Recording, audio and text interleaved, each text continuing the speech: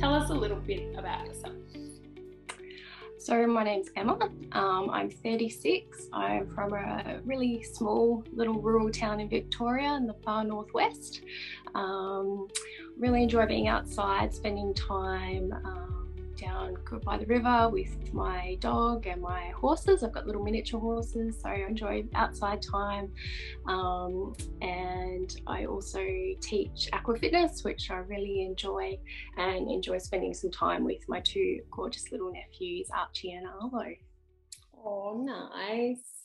And so when did you first find out that you had stage 2 melanoma? So I was diagnosed in June of 2020. I'd had a mole on my arm for probably 15 or more years. It was a bigger mole, and it was a little bit different to the ones that I'd had in other places on my body, but it didn't have any markers of being anything out of the ordinary. So it was, flesh coloured, a little bit pink. I'd had it checked by GPs, over the years to just make sure everything was okay.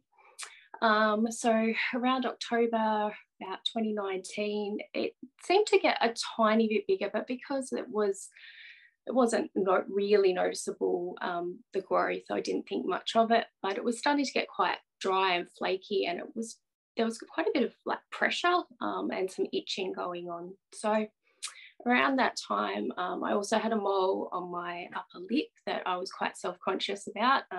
Had these two, well, at that time had one gorgeous little nephew and had these photos and didn't like the look of that on my face. So I talked with my GP and said, look, I want to see a plastic surgeon and have it removed. And she said, yeah, no worries. And I said, also, this one on my arm's really annoying me. Can we get that off as well? So I made the appointment with the plastic surgeon. He looked at the one on my arm and said, look, doesn't look like anything sinister, but, it's annoying you. So, yeah, happy to take it off. So because of COVID and all those kinds of things, it was probably about 4 months later that then I had that just day procedure, walk in, walk out sort of a thing, and then got a phone call about a week later to say, very sorry, but yeah, it's melanoma, and that we'll have to do some further surgery to get the proper margins that it will be needed, and also because I guess a lot of melanomas you can kind of tell looking at them that there's changes, there's ulceration, that type of thing. But because mine didn't have any of that, they're a little bit concerned that maybe it was actually a secondary. So they decided to take a lymph node biopsy as well. So I had that done about 3 weeks after my initial diagnosis. Wow, that's incredible, just that it was overlooked by GPs for so long. Yeah, wow, good on you for getting onto it. So tell us about when you first got diagnosed, like when they told you the news, like how did you feel, and is there anything that you wish they could have told you at the time that would have been helpful? Yeah, so it's a little bit of an interesting thing that I guess.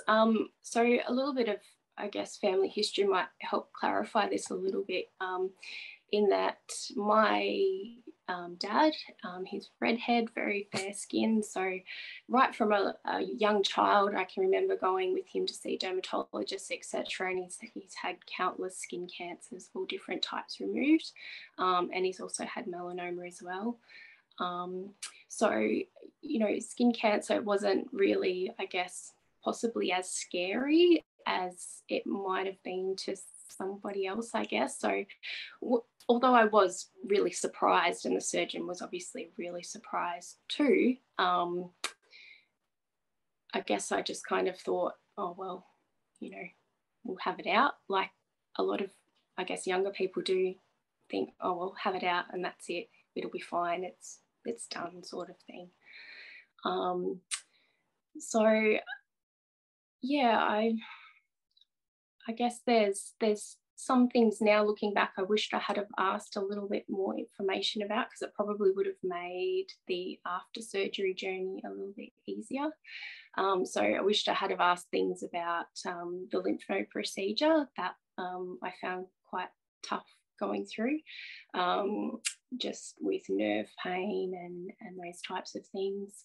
The size of my wound, I was quite surprised, as I'm sure a lot of people are.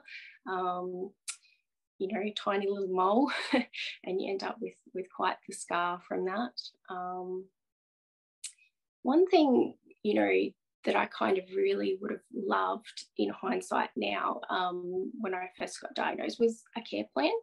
I think that that would have been really useful at diagnosis and then moving through, you know, into that next survivorship phase as well. So, you know, something really tangible that I could see, and that then I could share, you know, the specialists would see, the GPs would see, the surgeon would see, and something I could take home, so that then I knew exactly who was doing what, and, you know, who I needed to contact if I needed to get in contact with someone. And although all my healthcare providers were really did a great job, I don't have any complaints. I just think, you know, sometimes that information and that communication can not always get through to each of the care providers.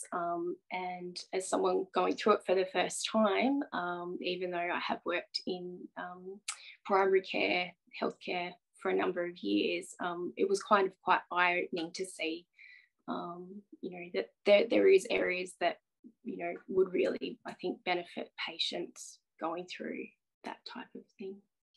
Yeah, I guess there's so much information at that stage. It must be a bit of an overload as well. Hey? Yeah, absolutely. Absolutely. Yeah. And so what challenges did you and your family or friends face after the diagnosis and like through the treatment? Yeah, so initially I think I was in a little bit of denial. I had a lot going on at the same time, so it just was, to me, it was like, oh, just another thing sort of thing. But also, because my pathology, my surgeon explained, was a little bit unusual, and he was quite surprised that this particular mole had come back as melanoma. He said, you know, our procedure is that we'll send it off for a second set of pathology. I don't know how standard that is for, you know, other practitioners, but that's what he was going to do. So I think in my mind, I kind of had it, oh, they've got it wrong, you know, it's not going to be melanoma, it'll be fine. I'll get a phone call to say, oh no, we've made a mistake. So up until I think a couple of days before the surgery went ahead, I was still in my own head thinking, oh, it's not really that. So I think that was a little bit, you know, of something a little bit challenging at that time. The surgery and recovery were a lot more than I expected. I ended up having a drug reaction after the surgery to one of the pain medications, which was really scary. So that kind of added a whole new layer to the situation as well. And then just dealing with, you know, you've got this really big, you know, scar and healing piece of numb, which for me was on my arm, on my upper arm. You know, it was a very kind of strange experience. There was also challenges of, I live in a rural area, so it's an hour to the nearest large town. It's about 6 hours to Melbourne, about 5 hours to Adelaide. So, you know, even having access to GPs, to specialists, surgeons, all those kind of services with any kind of continuity is really difficult. So I think too, to try and have that trust in your healthcare providers, knowing that, you know, the next time you might not see them, they might not be there. So for me, especially now, having been through the surgery and being 18 months down the track, my GP that I started with is no longer there. My dermatologist has retired. So, you know, it can be quite challenging to have trust that the process and what you're being told is best practice, and that, you know, it's hard to have those relationships with your healthcare practitioners, which can be quite challenging, I've found. Yeah. And so for family, how did they? Yeah, so for my family, obviously, as I said before, you know, we do have a history of skin cancer. My dad, who has had a lot of skin cancers and has had a melanoma, he actually lost his uncle, who is his namesake, at 21 from melanoma. So for him, I think in particular, you know, having been through it and having lost a family member, he took my diagnosis probably the hardest of all of our family members. And we have a lovely close family, which is a real blessing. So, you know, that was challenging for him to deal with. And for, you know, my mum as well, but she's kind of the one that keeps everyone together, and you know, is a real strength as well. But on the other hand, I guess that challenge, it's quite uniting. So, you know, as father and daughter who've been through it, we can have those discussions and compare notes and, you know, compare specialists, compare treatments, all those kind of things, which, you know, can make you feel a little bit less alone, I guess, going through that experience. And I think honestly, the biggest challenge though for me has been the survivorship phase. So moving past that initial treatment, you know, initially it's like, yes, you know, margins are clear, everything went well in the surgery. But then it was kind of, oh, okay, what now? You've still got all these doctor's visits at 3 monthly checks and things like that. And for me, I think it kind of hit me really how significant melanoma can be, was that about 3 months after my diagnosis, I went and had a follow-up with my dermatologist after a mole mapping, and they identified, I think, 5 areas or 5 moles that they were concerned about. So I had 2 taken off at that appointment, and then 4 weeks later I had one that rapidly grew and changed, so they had to take that out 4 weeks after the initial 2. So that kind of was when it really hit me. Okay, this is what melanoma is. This is now my life. This isn't over, I guess. And that for me was quite overwhelming at that time. Happy to say that, you know, kind of moved past that now, but you know, dealing with things like anniversaries of treatments and things, that surprised me, that was quite impactful part of my journey. Yeah, so I think that's definitely been the most challenging so far. Yeah. So how long has it been since you finished it? Well, sorry, I should ask, what treatments did you need to have? Yeah. So I had that initial small excision. So that was done at the start of June in 2020, then had the wide excision performed. So because my placement's just above my right elbow, I had what they call a teardrop flap procedure. So I've got basically a kite-shaped scar of about 19 centimetres by about 12 centimetres. Yeah, it allows for really good functional movement of my elbow joint, for which I'm, you know, really grateful. And then I also had the lymph node biopsy taken under that same side as well. So I was really fortunate. My margins came back clear and they couldn't detect any melanoma cells in my lymph nodes. So apart from those other moles that I've had off since, that was the only treatment that I needed, which was great. Yeah, great.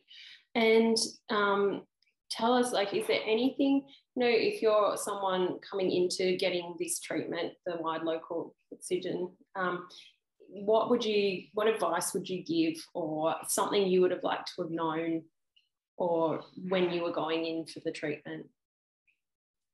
Yeah, when you mentioned that this was going to be one of the questions, that actually really made me think, and kind of really wish that I had have asked myself this question a little bit earlier on in the process, because I think the longer you go on after having been through it, the less you kind of remember about what it was that surprised you, I guess.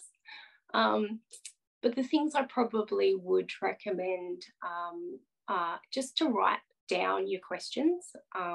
So with my surgeon, when he gave me the diagnosis, he ran through what my diagnosis was, what he would like to do, you know, stepping forward in terms of surgery, etc., and he explained it really thoroughly. But I think, like most people, even though I took furious notes during that phone call, there are things you miss. There's, you know, it can be a little bit of a lot of information all at once. So he then said, right, I'll call you again in a week's time. So if you've got any questions, we can go through them then, which was really, really beneficial. So, you know, questions you might have, ask your family if they've got any questions. I think that can be really helpful too, because they might think of something that you don't. I would definitely ask for a care plan, you know, if it's not offered, ask for it, because I really think that that would just be so beneficial. So everyone is on the same page, everyone knows what's going on and who's doing what. You know, keeping track of all the tests and scans and appointments that you have around that time of diagnosis and treatment, and then, you know, going forward as well. I think that would be, you know, something that would be really, really beneficial. Keep a folder of all your, you know, appointments, pathology reports, handouts, all those kinds of things, because you just never know when you might need to reference them. And keep a copy of your referrals. That's something that I've run into quite a few times. You go to your appointment and the referral hasn't come through from your GP or whoever sent it. So having a copy there, you can just whip out, go, here you go. That's come in really handy. And advocate for yourself. I've worked in healthcare for, as I said, a number of years now.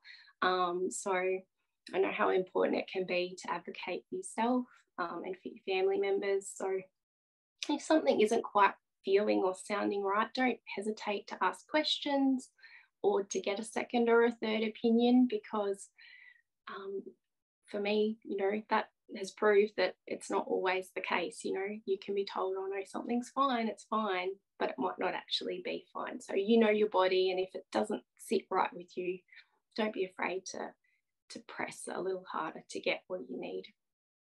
And finally, I would say join a support group. The information, the common experience that others have can really be beneficial, so that you don't feel alone, you know, in the journey that you're going through. So did you join an MPA support group? I did, yes. So not initially. It took a little while for me to be at the stage that I was ready to look for a support group. And I found it on Facebook. And initially I kind of hesitated because there's some join up questions that they ask, and I kind of was like, oh, I don't know if I really want to share that kind of information with someone I don't know. But a couple of weeks later, I was at the stage where it's like, oh, I'm just going to do it. I'm just going to see what it's like. And I'm really, really grateful that I did that, because it was, and it has been really, really beneficial. Yeah, especially as a living rural, you know, not having a lot of people with that common experience in the area that I live. Yeah, it's been very beneficial.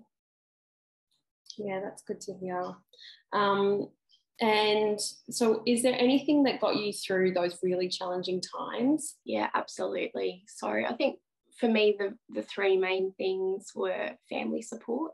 So I had great family support. I moved home for a short period of time after my surgery, because as I said, it was a little bit more than I was expecting. So I was really incredibly grateful for the support that I got from my family, especially in those early days. And then following on, you know, coming with me to appointments, even though we were in the middle of COVID, so a lot of the time they couldn't come in to the actual appointment, but just being there as support and, you know, driving the hour there and the hour back from appointments, that was much appreciated. And my gorgeous little nephews, who was such a good distraction. One of them arrived, little Arlo arrived 4 months after my surgery. So meeting him actually was a really good motivator in those early kind of unsure days. I was like, I really want to meet this little person and know who they are, and he arrived. So that was a real blessing. Prayer for me was really important. So I'm one of Jehovah's Witnesses, and I have a really firm belief in our Heavenly Father Jehovah. So prayer was really important. There's a scripture, Philippians 4:6, and a little saying we have is, when you're in a fix, remember Philippians 4:6, and it just basically says that through prayer and supplication, make your petitions made known to God. So prayer was really important for me and very strengthening. And the other thing was just spending time outside with my animals. So got some beautiful little miniature horses that just make me smile. So yeah, just spending time and being outside, enjoying the garden were really enjoyable things. Oh, nice. Sounds like you've got a beautiful connection with your nephews. That's so beautiful. I do, yeah. Very fortunate. So you did say, I picked up on something there where you mentioned that surgery wasn't what you expected. So do you mean the recovery time? You weren't prepared for what you had to go through with recovery? Is that what you mean? Yeah, I think so. So, I mean, I had good explanation from my surgeon in terms of, look, this is the procedure that we're going to do, but I didn't realise the incision was going to be as big as it was. I didn't realise that the recovery time was going to be as long as it was. Didn't realise, I suppose, just dealing with the numbness and those kind of sensations and nerve pain and those types of things were quite, I don't know, I didn't really expect that. So I'm normally someone who does a lot of research into everything, but for whatever reason this time I didn't. And in some ways I'm glad that I didn't, because there are a lot of stories out there on melanoma that can be, quite confronting and quite, scary, I guess. So yeah, I was surprised by the aftercare involved and the recovery time. Yeah. Yeah. Do you feel comfortable just sharing what you needed to do for the aftercare?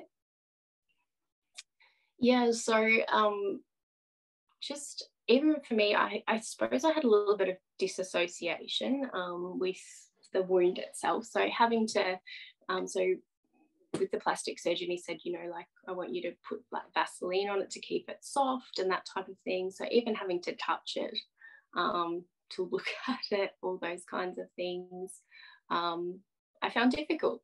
And I'm not, I've had wounds before, I've had stitches before, it wasn't something totally new and foreign, but it was quite confronting because I think it was quite large. It was in a fairly prominent spot. And it was just connecting that this is my body and it's attached to me, and I need to take care of it and to look after it, was difficult, which I really did find surprising. Not sure exactly why, but it was a challenge, especially in the initial probably 3 weeks. Yeah. Well, I'm sure that's probably going to help a lot of people to hear, because they're probably feeling the same thing. So thank you for sharing that.